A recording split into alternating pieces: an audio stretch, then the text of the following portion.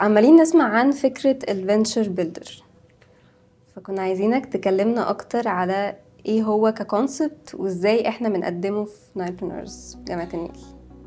طيب، من 6 سنين ساعة لما بدأت رواد النيل كانت الهايبوثيسيس بيقول ان احنا we can help create البايبلاين بتاعة الستارت ابس، بما ان الانتربرينورشيب ايكو سيستم ديفلوبد في الحتة بتاعة الليت ستيج او مرحلة ما قبل ان الستارت اب تنزل الماركت، واحنا بس كل اللي احنا محتاجين ان احنا نعمله ان احنا نبني البايبلاين بتاعتنا في الايرلي ستيج شوية.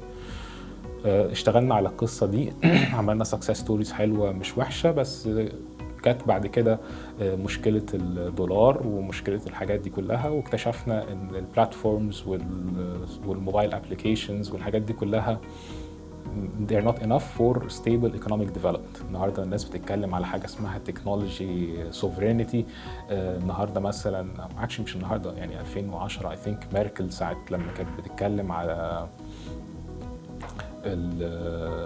الفاينانشال كرايسيس بتاعت 2008، فكانت بتقول لك ان والله المانيا will not be punished because of the good products that Germany produce being exported everywhere.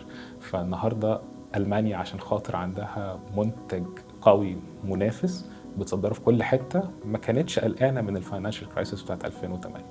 وده يمكن ممكن نقول ده كده ممكن يبقى سلوجان لينا او ممكن يبقى جول لينا، ان احنا ازاي يبقى عندنا برودكتس قويه منافسه تمام كده تقدر تحمينا من فكره الديسربشنز بتاعت السبلاي تشين او فكره عامه الاعتماد على الخارج يعني. تمام.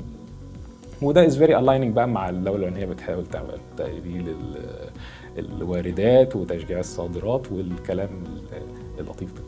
طيب فلما جينا بقى بصينا على الستارت اب ايكو سيستم ديفلوبمنت لقينا الديب تك از ميسنج. تمام. طيب احنا اشتغلنا فتره يعني الحمد لله عندنا ار ان دي سنتر واحنا قاعدين في جامعه، فبصينا على البروسيس بتاعت الديب تك لقينا لا، ديب تك ستارت ابس they take longer time, they need more support ومحتاجه سكيلز ممكن ما تبقاش او صعب تواجدها في ستارت اب او في الكو فاوندنج تيم. فقلنا طيب how do we solve this issue؟ فبدأنا احنا ندور على international models موجودة شكلها عاملة ازاي. طب هل مثلا اليونيفرسيتي بيزد انكيبيترز ممكن تساعد ولا لا؟ فلقينا لا والله بنسبة بس مش قوي. بصينا على الاكسلريتور مودلز اللي موجودة، لا معظمهم they cannot go into this way. بصينا على الفاندز اللي موجودة في امريكا زي الان اس اف، بصينا على مودلز زي موجودة في تركيا وفرانهوفر انستيتيوت، ولقينا لا there is something called venture builder. والفينشر بيلدر دي is very important عشان اقدر ان انا احول applied research into a spin-off startup مبنيه على science backed technology. تمام كده. اللي تعمل ايه بقى؟ اللي تعمل البرودكتس اللي تقدر تنافس، اللي تقدر تخلينا نقول زي ميركل كده ان شاء الله احنا will not be punished because of the excellent products that we are producing او exporting يعني. تمام. فجت فكره الفينشر بيلدر يعني. اوكي، طب ممكن اسالك، انت قلت ان انت قارنته في وقت فكره الاكسلريتور يقدر يحقق ده ولا لا؟ ممكن تقول لنا ايه الفرق ما بين الفينتشر بيلدر والاكسلريتور؟ ده بيعمل ايه وده بيعمل ايه؟ طبعا الاكسلريتورز خليني اقول لك برضو حاجه، ايه الانكيبيتور وايه الاكسلريتور وايه الفينشر بيلدر. الانكيبيتورز وات ذي دو ان هو بيقول لك والله انا هوفر لك سيف سبيس. تمام. فحضرتك مثلا عندك نيو تكنولوجي او انوفيشن عايز تاكسبيرمنت وتشوف اذا كانت دي تنفع تنزل الماركت ولا لا. انا بوفر لك اوفيس سبيس. تمام. في بعض منهم برضو بيقدروا ان هم تو اوركستريت سيد فاند، احيانا بيبقى اجينست ايكويتي واحيانا ايكويتي فري. وبيبقى المكان اللي فيه الستارت اب هاوس ده بيبقى انيبلر ان هو مثلا لو عايز يتست، لو عايز يفاليديت في لاب اكسس، في شويه انفراستراكشر تقدر تساعد الشركه ان هي تجرب تتحرك شويه بالبرودكت بتاعها. واراوند الانكيبيتور بيبقى فيه منتورشيب سبورت. المنتورز دول يقدروا يقعدوا معاك، هم مثلا عندهم اكسبرتيز في انجينيرنج، اكسبرتيز في بزنس ديفلوبمنت، في ماركت اكسس، يقدروا ان هم تو كونسلت او يو كان كونسلت ذم وقت ما تبقى انت محتاج. طيب ايه الاكسلريتور بقى؟ الاكسلريتور اون ذا اذر هاند هم ممكن ما يديلكش التو فاسيلتيز اللي انا قلت عليهم از ان ديديكيتد اوفيس سبيس والكلام ده، بس بيبقى بروجرام. البروجرام ده عاده بيبقى بزنس بروجرام هدفه ان هو يساعدك to accelerate a certain stage in the development process بتاعتك. فانا النهارده مثلا لو انا ستارت اب accelerators would expect ان انت عندك a well rounded co-founded team وعندك an idea او حاجه اكتر من كده شويه، ويساعدك مثلا في الكاستمر ديسكفري بتتعمل ازاي، ان انت تفاليديت اذا كان الماركت ده اتراكتيف ولا لا، تفاليديت اذا كانت الشركه دي would be investable ولا لا، وحاجات زي كده. وفي حاجات بتبقى ليت ستيج شويه يساعدك ان انت تو لاند يعني اكسس تو انفستمنت. في مصر عاده الاكسلريتورز بتطلق على الليت ستيج ستارت اب سبورت، وعاده بيبقى الاكسلريتور اسوشيتد بفنشر كابيتال. حضرتك لما بتخش فيها بتاخد انفستمنت بلس الاكسلريشن بروجرام اللي هو يساعدك في الجروث وكده. طيب الفنشر بيلدر بقى، الفنشر بيلدر هو ما بيتطلبش قوي ان انت تبقى معاك كل التيم جاهز وانت داخل الفنشر بيلدر ده. بالعكس، ده هو بيحاول ان هو ينجكت معاك ريسورسز. الريسورسز دي عاده معظمها بيبقى ان كايند، ما بيبقاش فيها كاش. في بعض منهم بيحط كاش فاندنج وانت بتخرج من الفنشر بيلدر. بس حضرتك دخلت بتيم، ببدا ان انا احط معاك الريسورسز دي عاده بتبقى ديديكيتد للستارت اب بتاعتك، تقدر تشتغل معاك في البرودكت ديفلوبمنت. تمام، فتسرع عمليه الديفلوبمنت بتاعتك وتسرع، سواء بقى كان على ليفل البيزنس مثلا. فهحط معاك مثلا 2 داخلين عندي، واحد مثلا تك وواحد بيزنس، ودخلوا الفنشر بيلدر وعندهم ايديا ذات از بروميسنج. انا هروح اعمل الصبح ايه؟ هروح بقى اساين ليهم ريسورسز. ممكن الريسورسز دول يكونوا انجينيرنج وماركتيرز، يبداوا ان هم يشتغلوا معاهم as if they were the startup employees. بس دول طبعا عندهم expertise لان هم have been working with us for some time، صح؟ فwhen they are dedicated للستارت اب يسرعوا الديفلوبمنت لايف سايكل بتاعها، التايم تو ماركت بتاعهم. we can do quick validation. again those are people who are experts او خبراء وعندهم expertise في الدومين بتاعهم، فيقدروا يساعدوا الشركه ان هي توصل اسرع للسوق يعني. تمام، فده الفنشر بيلدر. طب ليه ده مهم؟ تمام كده، ده مهم لان مصر عامه فيها مشكله اكسس تو تالنت كبيره جدا. تمام كده، فان انا اروح اقول للكو فاوندرز والله روح دور لك على 2 3 تعينهم ويشتغلوا معاك والكلام من ده كله، ممكن يبقوا عنده struggles كبيره جدا في الوقت ده اللي هو very critical وهو عايز يفاليديت الحاجه بتاعته and they cannot afford that stage يعني. وطبعا انت مش عايز تحمله بقى بان هو يدفع مرتبات هو والى اخره. فيعني هنا الفنشر بيلدر مختلف شويه عن الاكسلريتور، اللي انا ما بحطلكش ريسورسز من كده، ممكن اديلك انفستمنت وانت روح تصرف مع نفسك، وفي منتور لو انت حابب تساله على حاجه. الانكيبيتور بديلك اكتر شويه مكان وانفراستراكشر تقدر ان انت تاكسس. طيب ممكن تقولي فكرة الفنشر بيلدر دي اتعملت في مصر قبل كده ولا ده يعتبر أول مرة؟ زي ما كنا بنتكلم اعتقد هو في اتمتس. قعدت مع اكتر من حد يعني تواصلوا معانا وكانوا بيحكوا لنا يعني قصه الفنشر بيلدر وان هاو يعني هم they're planning ان هم تو ستارت. وفي ناس بص على السكوب من ناحيه بزنس بس، وفي ناس بصه في السكوب من ناحيه البيزنس بروسيس اوت سورسنج. وخليني برضه اشرح ده بالتفصيل. يعني مثلا في شركات بتقول والله، او في يعني فينشر بيلدرز بتقول والله انا اقدر اساعد الشركات في الحته بتاعه الماركتنج والبيزنس ديفلوبمنت والاستراتيجيك دايركشنز، ودي حاجه سيجنيفيكانت قوي بالنسبه للستارت اب، وانا حابه ان انا اكون شركه بتعمل ده وعندي الاكسبرتيز بتاعتها. وفي ناس تانية بتقول والله لا انا هاوفلود من على الستارت اب الحته بتاعه الاكاونتنج والفاينانس والاتش ار والبروكيورمنت والليجاليتيز، وهديله داسك سبيس والكلام ده كله، وهبقى مع الستارت اب از فينشر بيلدر. انا برضه عايز اقول از فينشر بيلدر ده از ان هو عايز ياخد eventually هناخد equity في الستارت اب. تمام كده، against in kind support ده. احنا شايفين نفسنا اكتر من كده شويه. تمام كده، او ودي على فكره يعني كلها سيرفيسز مهمه باي ذا واي. يعني انا مش بس بقول ان هي دي حاجه مش مهمه، لا دي كلها سيرفيسز مهمه، بس احنا شايفين دورنا مش ده. احنا في الاخر يعني جوه جامعه. تمام كده، فبالتالي شايفين الجزء اللي احنا بنقدمه له علاقه بالتكنولوجي، له علاقه بالساينس، له علاقه بالترانسليشن من لاب تو ماركت، الحته دي. وتاني كونكتد بيه الايكونوميك ديفلوبمنت مانيفستو اللي احنا كنا بنتكلم فيه من شويه، از ان انا عايز يبقى عندنا ريل برودكتس بريل نو هاو بهاي ديفنسبيليتي that can compete على regional level او على global level. فاحنا من ناحيتنا بنقول لا، احنا we will dedicate engineering teams تمام كده تشتغل معاك، industrial designers و product designers يقدروا ان هو يشتغل على شكل المنتج والاستاتيكس بتاعته واليوزابيلتي والحاجات دي كلها. people in IP يساعدك في البروتكشن بتاعت التكنولوجي وعشان خاطر يحمي حقك فيها ويضمن يعني maximum returns جاي منها. people in business and branding وكده، بحيث ان احنا نقدر نعمل لك brand identity كويسه، landing page، نسيت اب الماركتنج channels بتاعتك، الحاجات دي. in addition بقى للسبورت بتاع مثلا الاكاونتنج او الفاينانس او الحاجات دي كلها. ودي طبعا مش سيرفيسز بس، احنا دي سيرفيسز احنا بنديديكيت للستارت اب، وبيخش بقى في البيزنس اكسلريشن سايكل عادي خالص. بيبقى عنده منتورز، ناس بتشتغل معاه على الاكسس تو انفستمنت، بنساعده في الاكسبوجر بتاعه، سواء بايفنتس او سواء في ميديا اكسبوجر، يعني كل الايه الحاجات دي يعني.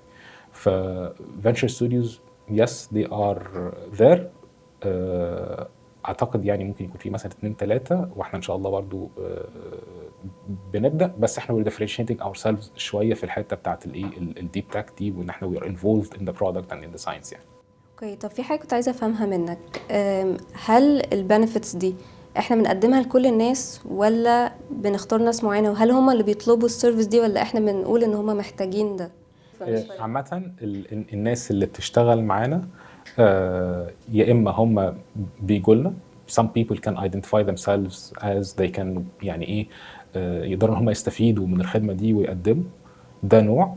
واحنا طول النهار طبعا عمالين بنسكاوت، يعني طول ما احنا ماشيين في اي ساينس اند تكنولوجي كوميونتي، في انتربرينورشيب ايفنتس، الحاجات دي لما بنلاقي حد عنده بوتنشال بنبدا ان احنا نقول له لا طب تعالى احنا عايزين نكمل ديسكشن مع بعض ونشوف ازاي نقدر ان احنا نشتغل مع بعض وكده.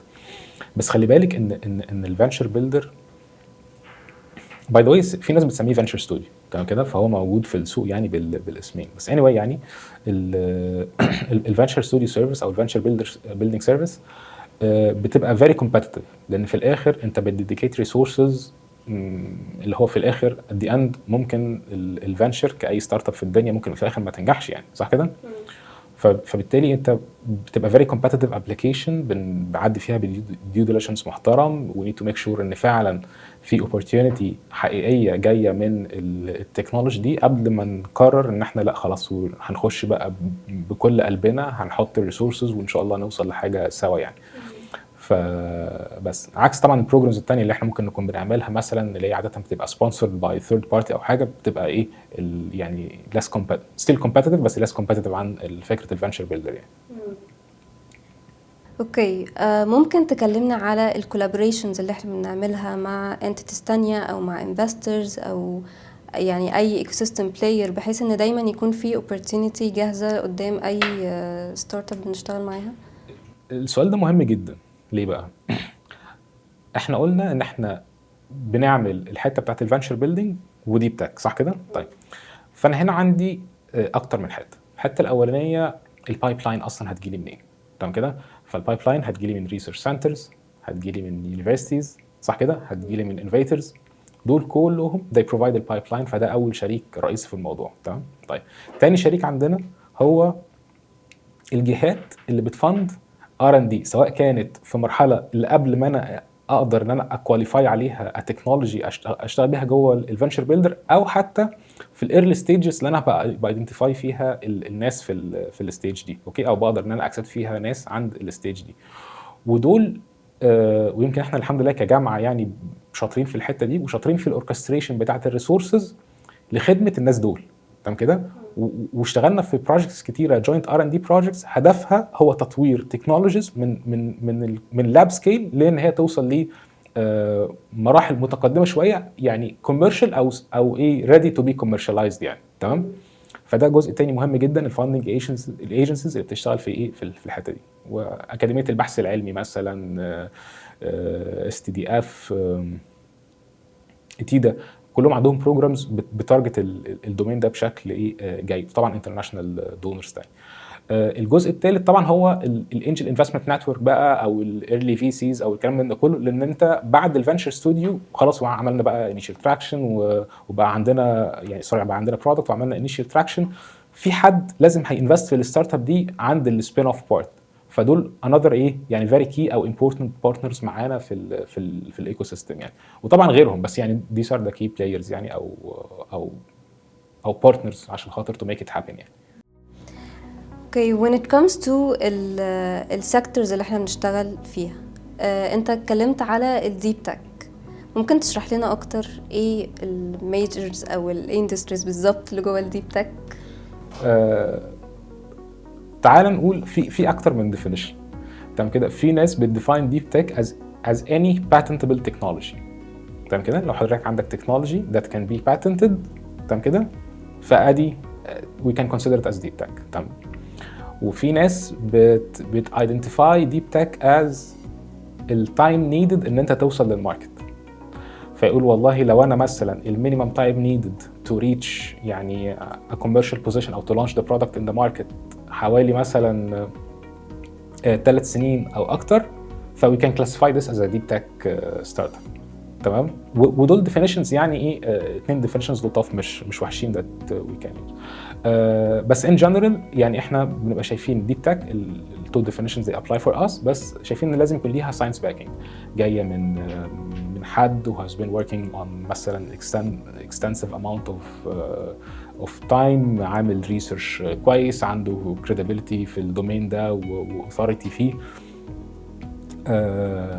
بحيث ان يبقى في نوع من انواع الديفنسبيليتي في الايديا بتاعته. مش سهل ان حد تاني يوم الصبح يقدر ان هو تو كوبي ات او تو ايميتيت يعني وينزل بيها الماركت. اوكي طيب، ايه الفيرتيكالز اللي احنا بنركز فيها؟ في اي اي، تمام كده، ومش كل الاي اي، تمام كده، again AI that has to have يعني some sort of depth behind it، لان النهارده مثلا امازون AWS او مثلا او جوجل كلاود او الحاجات دي كلها بتدي لك يعني AI off the shelf solutions يعني، تمام كده. فمش كل AI product بيجي لنا بنقول والله الله بديب تك احنا مبسوطين جدا، لا there has to be يعني ايه some depth in it، جيب algorithm جديد، جيب موديل جديد ما هواش موجود not widely used، فساعتها we can consider ده حاجه. او مثلا بايوتك ابلكيشنز، فدي برضو اريا، واحنا شايفين ان مصر لا عندها بوتنشال في الدومين بتاع البايوتك ده ان هي تطلع فيه تكنولوجيز قويه ان شاء الله وتنافس فيها.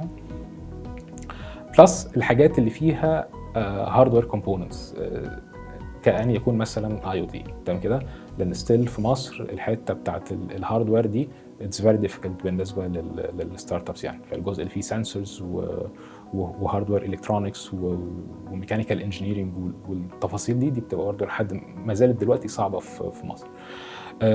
بره مصر الناس لما بتتكلم على ديب تك بيروحوا في حته ثانيه خالص، كوانتم كومبيوتنج الكلام ده كله. ان شاء الله في يوم من الايام نوصل، بس فور ذا تايم بينج عشان خاطر حتى الانفراستراكشر اللي هي ما هياش موجوده قوي يعني تقدر تساعدنا، دي الارياز اللي احنا بنفوكس عليها.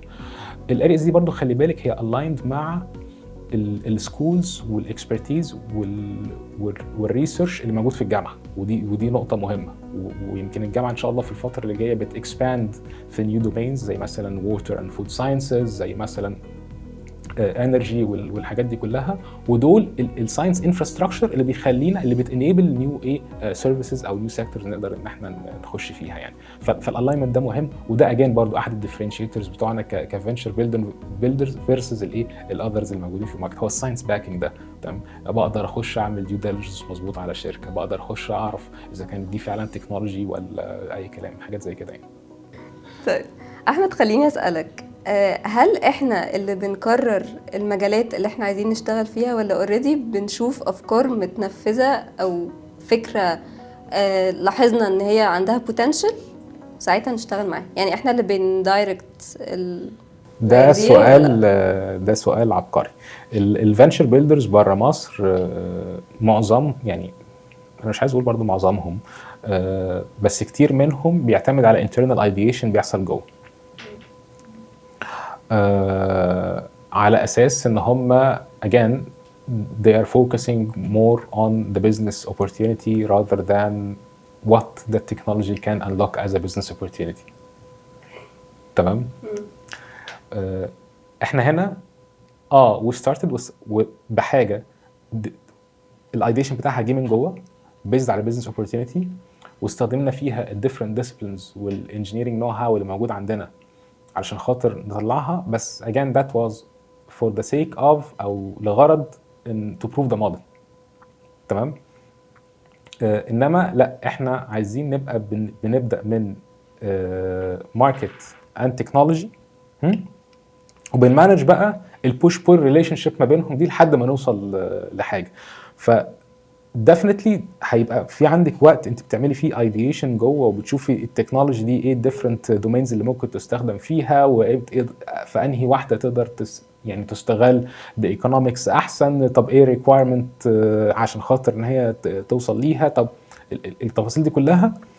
بس اجان احنا مش بنريلاي او الستارتنج بوينت بتاعتنا ما هياش internal ideation، هي يا اما market scanning ب opportunities and then we see بقى ايه التكنولوجي how the technology can respond، او العكس انا عندي تكنولوجي جديده طالعه فباخدها وابدا ان انا اشوف طب وات ايه market opportunities can it unlock. تمام كده. فده يعني ايه من هنا بيحصل building the team، سواء بتالنت من عندي او بان انا بكونكت صاحب الايديا بتيم اكبر. exactly. وهنا برضو في جزء differentiator مهم، ايه بقى؟ ان احنا on top of فكرة الفنتشر بيلدينج احنا بنحاول ان احنا نلاقي fair monetization للفاكولتي. تمام كده. او الريسيرش اللي طلع بالتكنولوجي. يعني النهارده مثلا ممكن يكون دكتور اكس عمل نيو دكتور او دكتوره اكس عملت نيو تكنولوجي. احنا النهارده لحد دلوقتي في الاكسلريتورز وفي الانكيبيتورز وفي معظم حتى البروجرامز اللي موجوده احنا بنقول لها او بنقول له انت لازم تبقى انتربرنور، انت لازم تتعلم ازاي تكوميرشاليز الانوفيشن بتاعك، انت لازم تروح تقعد مع انفستور وتقنعه بالفكره بتاعتك، ولازم تنزل السوق وتتقابل مع مصنعين. طب هو اساسا هي او شي از نوت ديزايند فور ذات. يعني انا بتاع تكنولوجي ديفلوبمنت، ليه تدخلني في كل المتاهه دي وانا مش حابب ان انا اكون موجود في الحته دي؟ فساعتها احنا بنقول له لا ما تقلقش. تمام كده. احنا هنعمل معاك كونتراكتشوال اجريمنت نحفظ لك بيها حقك في التكنولوجي بتاعتك من البروسيدز اللي جايه من الكوميرشاليزيشن بتاعها، اند وي تيك ات فurther بقى بفنتشر بيلدينج موديل لحد ما ايه نوصلها للسوق يعني، ونحقق الامباكت اللي ايه البوسيبل من التكنولوجي دي يعني. تمام. ويبقى هو موجود معانا كادفايزر او حاجه لو عايزين نفاين تيون حاجه فيها كلام من ده يعني. فدي برضو اجان احد الايه الديفرنشيتورز برضو بتاعتنا ان هاو وي ار بنفيتنج من الايكو سيستم اللي احنا قاعدين في وسطه يعني. اوكي، طب انا عايزه استفسر اكتر على الحته دي. يعني معنى كده ان مش لازم الانوفيتور يفضل مكمل في الستارت اب ولا خالص؟ they can if they want and if they can كمان يعني. ما هو اصلا مش شرط. من ضمن الحاجات اللي بتحدد اذا كانت الشركه هتنجح ولا لا هو مش بس البرودكت ماركت فيت، هو التيم ماركت فيت، صح كده؟ والتيم تكنولوجي فيت، دي كلها دومينز مهمه. فلو التيم is not compatible مع الماركت او مع التكنولوجي فبروبلي they will not be able to sell, they will not be able to produce, they will fail eventually او هيخسروا في الاخر يعني. ودي من ضمن الحاجات اللي احنا بننصح بيها في الاول خالص يعني. احنا خلاص قعدنا مع بعض بنبدا نشتغل على الفاليديشن سايكل بتاعنا، على الاكسبيرمنتس سواء على البرودكت ليفل او المنتج او سواء على الماركت واليوزرز واليوز كيسز بتاعتنا. ولو حاسين بمشكله بنبدا ان احنا انتوا ادفايز والله لا احنا شايفين ان انت الافضل تاخد البوزيشن ده مش البوزيشن ده، حاجات كده. لو وصلنا لاجريمنت كويسه خلاص، لو هو بقى متضايق او بتاع خلاص يعني ما فيش مشكله هنا. بس ديفينتلي مش شرط ان هو يكمل. وممكن على فكره كتير جدا يبقى الافضل، وانا رايي عامه كده يعني، كل واحد يعمل الحاجه اللي هو شاطر فيها واللي هو بيقدر يعملها حلو. الورث بتاع التكنولوجي ديفلوبر في التكنولوجي ديفلوبمنت، والورث بتاع البيزنس مان في الكوميرشاليزيشن. واحنا دورنا ان احنا نعمل الفير اجريمنت ما بين الاثنين بس كده. فبدل ما الفكره تموت بسبب ان هي مش عارفه تجت كوميرشاليزيشن، بالظبط كده، كونكت حد هيعرف يكمل ده. بالظبط كده، ونضمن اللي عمل التكنولوجي حقه فيها بس. طيب من هنا نقدر نقول ان ده شويه بيساعد في فكره الاقتصاد في مصر، يعني ان يبقى دايما في افكار جديدة بتطلع وبتتنفذ وضامنين نجاحها. طب ممكن تحكي لي اكتر؟ النهارده لو احنا بصينا على البرسنتج اوف او نسبة ال- القيمة المضافة اللي جاية من الميديم وهاي تكنولوجي في المنتجات بتاعتنا، هنلاقيها بتقل. نزلت نسبتها من 40% في سنة 2000 ل 20% سنة 2019. ده according للورلد بانك ويونيدو ريبورتس. تمام كده؟ فده بيقول ايه؟ ده بيقول ان انا النهارده الفاليو اد او القيمه المضافه اللي طالعه في مصر هي جايه من اقتصاد مبني على very basic processing. تمام؟ فاكن حضرتك مثلا بتاخدي بتزرعي وبتصدري الزرع على طول. تمام كده؟ طيب ايه الاحسن من كده؟ ان انا ازرع وبعد كده اعمل بروسيسنج وبعد كده اصدر مثلا عصير، صح كده؟ طب ايه الاحسن من كده؟ ان انا اخد بعد كده الويست بتاعها اطلع منها مثلا بكتين او بيتا كاروتين وابدا ان انا ايه اصدر الكلام ده. طب ايه الاحسن من دول؟ ان انا اخد الاثنين دول احطهم في فارماسيوتيكال برودكت واصدر الفارماسيوتيكال برودكت، صح؟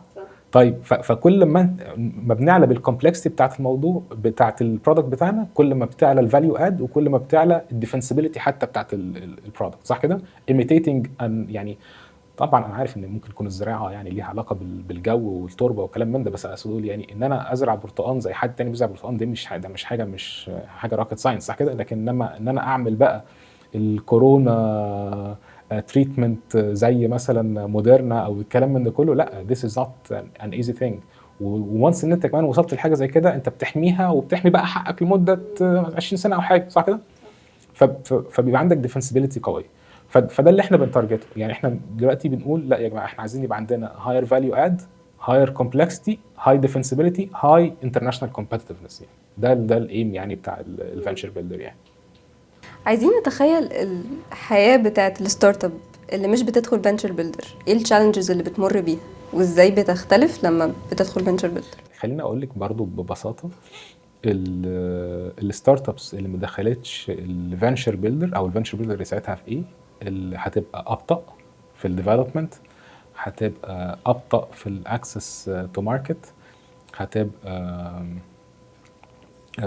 ممكن تبقى عليها مور بريشر ان هي تو ريز مثلا ايرلي فاندز من فاميلي اند فريندز وكده. ولو هي بقى ده الستارت اب العاديه، لو انا بتكلم على ستارت اب ديب تك فبروبلي هتحتاج years of development. يعني الموضوع هيطول بشكل غير طبيعي، وكتير منهم اساسا في الاخر they give up بالايديا كلها، لان الموضوع فعلا بيبقى مرهق، يعني بيبقى موضوع تقيل.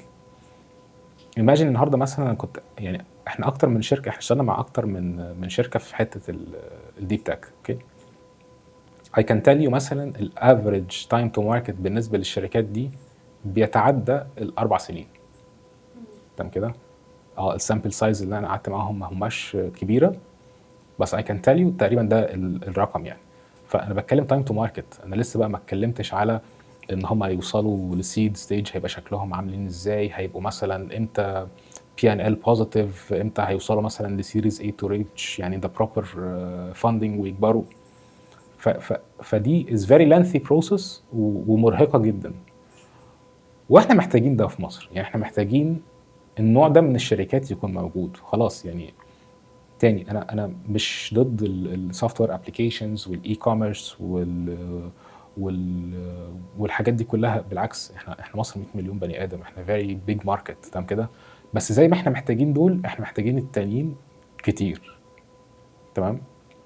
وده يعني ايه ان شاء الله نبقى مركزين فيه الفتره اللي جايه، بنحاول نساعدهم ان هم تو بي فاستر، ان هم الريسك عندهم نحاول ان احنا نقلله، ونديهم زي سيف انفايرمنت يقدروا ان هم من خلاله يوصلوا بالانوفيشنز بتاعتهم للماركت يعني.